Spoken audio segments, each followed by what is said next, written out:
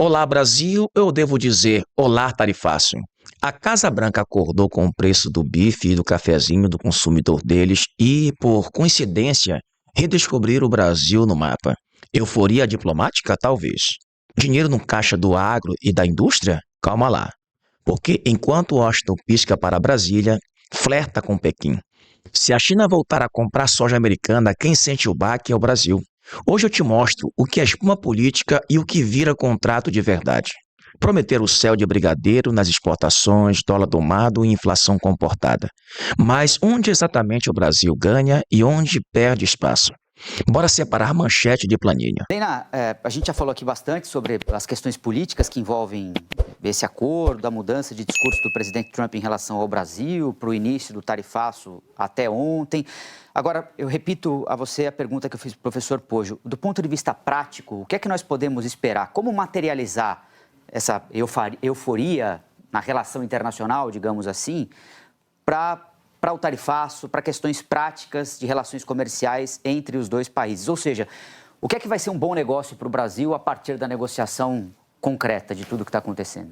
Bom, claro que tem produtos específicos, isso foi já citado, que o consumidor norte-americano vem se queixando. Então, encarecimento de carnes, o café, e isso se torna um tema para a Casa Branca. Isso é importante colocar que, apesar da motivação inicial ter tido toda aquela retórica mais política, o fato é que a Casa Branca ela tem demonstrado que é sensível a temas da economia. E é aí que entrou esse espaço para o Brasil entrar. Aliás, quem diria, né, que isso tudo iria acontecer? Então, sim, tem efeitos concretos sobre alguns produtos. Agora, tem um fator que a gente precisa monitorar com muito cuidado, que é, principalmente nosso agro, que é o acordo que pode vir entre China e Estados Unidos e a sinalização dos Estados Unidos que pode, né, fazer a China voltar a importar, né, a soja norte-americana, isso impactando o nosso produtor aqui. Então, veja, a questão da discussão Estados Unidos e Brasil, ela vai ter que também avançar em ver o que vai acontecer depois desse acordo China e Estados Unidos. Zena, Zena, bom dia, Zena. Não, Camila primeiro, está atropelando a Camila. Querido, não, por favor, seguir. você, damas na frente, por favor. Damas na frente. Ô Zena, deixa eu só fazer uma pergunta bem rápida aqui, que isso aqui a gente tem que seguir, o Valdo também vai te perguntar. Nessa questão da soja, se eventualmente esse acordo for fechado, China e Estados Unidos teriam um peso muito grande para o nosso agro. Eu queria que você explicasse um pouquinho mais. Bom dia, Valdo.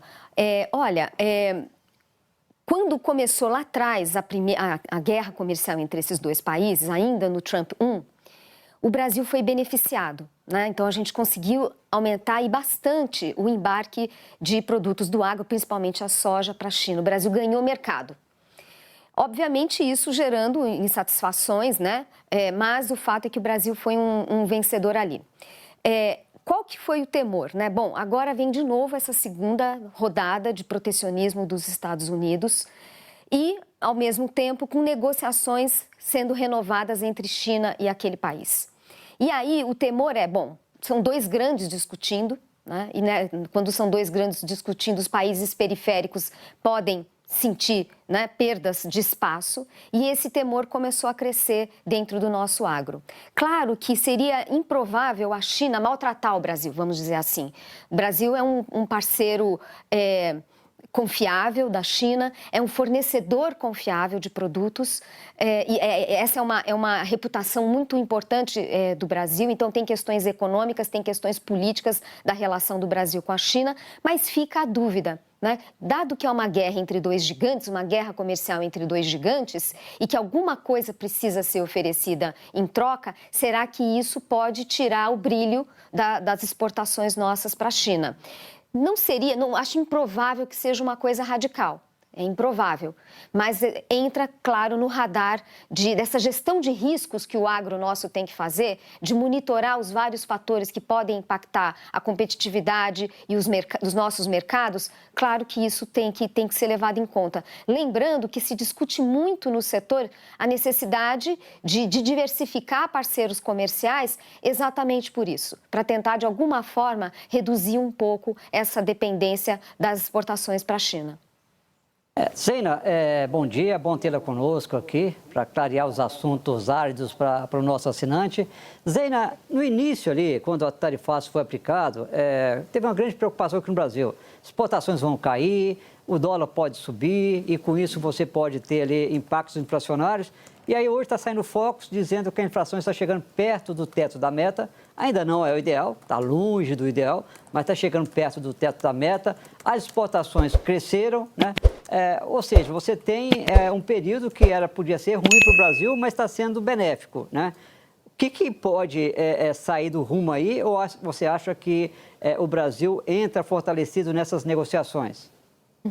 Olha, Valdo, se levantou vários pontos aqui. Primeiro que eu acho que houve um exagero nas análises lá atrás em relação ao impacto do tarifaço ou do protecionismo norte-americano. Vou dar um exemplo. Se falava muito que com as tarifas teria um aumento forte da inflação nos Estados Unidos e isso ia requerer ou aperto monetário adicional pelo Fed, pelo Banco Central norte-americano, ou se não isso, a ausência de espaço para corte de juros. Aqui já tinha um problema. Primeiro, que a gente está falando de um contexto que seria um aumento transitório da inflação, né? Um patamar diferente de preços depois da aplicação de tarifas e não exatamente um processo inflacionário que fosse requerer um grande esforço do Fed. Uma coisa é você ter uma inflação que vai cair mais lentamente, porque você tem transitoriamente o impacto de tarifa. A outra coisa é isso gerar, de fato, uma reorientação da política monetária. Então, acho que teve um certo exagero. A outra coisa não se levou em conta que essas medidas protecionistas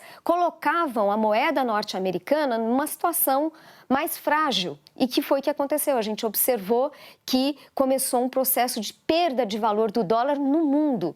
E, claro, aqui no Brasil também, e potencializado pela alta de juros, o diferencial de juros entre Brasil e Estados Unidos sendo um fator que permitiu que esse enfraquecimento do dólar lá fora também se materializasse no Brasil. Eu estou dizendo isso porque teve momentos que a gente viu o dólar fraco lá fora, mas não no Brasil, porque juros estavam muito baixos, que foi o caso do período da pandemia.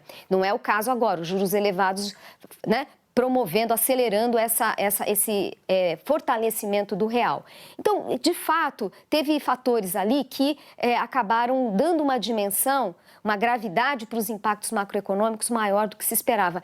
E um ponto também que precisa colocar nessa equação, a gente não está falando de um quadro de inflação mundial super elevada. A gente está falando, quando a gente olha inflação no nível do produtor no mundo, na China, nos Estados Unidos, na Europa, no Brasil, a gente vê uma acomodação. Inclusive a China, com a deflação que existe ali no nível do produtor, também contribuindo para uma inflação global que não tem choques fortes se materializando, como a gente viu, por exemplo, no pós-pandemia ou a guerra Rússia e Ucrânia. Então, não é nada disso. A gente está falando de um mundo de inflação no nível do produtor bem controlada, o que ajuda o Brasil e ajuda também a afastar aquele receio lá atrás de uma política do Fed muito apertada. Então, esse pano de fundo ele é importante, né? E aí, em relação ao impacto nas nossas exportações, claro que tem ali vários fatores, cada setor é uma história, na verdade, cada empresa é uma história. Você pode ter dentro do mesmo setor realidades muito diferentes, dependendo do grau de dependência que uma empresa tem na exportação para os Estados Unidos. Então, é um quadro muito heterogêneo. No nível macro, o efeito é pequeno. E lembrando, né, isso já foi muitas vezes colocado, sempre vale a pena colocar, o fato de ter um peso relevante, ainda que não é a totalidade, mas tem commodities ali que podem ser reorientadas, tem triangulação, vai para um mercado que não está impactado por tarifa, como o México, e depois vai para os Estados Unidos. Então, tem rearranjos ali que limitam esse impacto, que é muito mais, né, localizado do que no nível macroeconômico. Resumindo, sim, tem oportunidade em nichos: carne, café e companhia. Porque economia fala mais alto que tweet, mas sem estratégia para a China e Estados Unidos. O agro vira a torcida organizada esperando o juiz apitar. Diversificar mercados, travar câmbio com cabeça e acompanhar o acordo lá fora, isso é gestão de risco, não torcida. Se curtiu a análise sem espuma, deixa o like, compartilha e comenta. Qual setor brasileiro realmente tem bala para transformar discurso em nota fiscal? Até a próxima, com fatos e números e um pouquinho de ironia que ninguém é de ferro.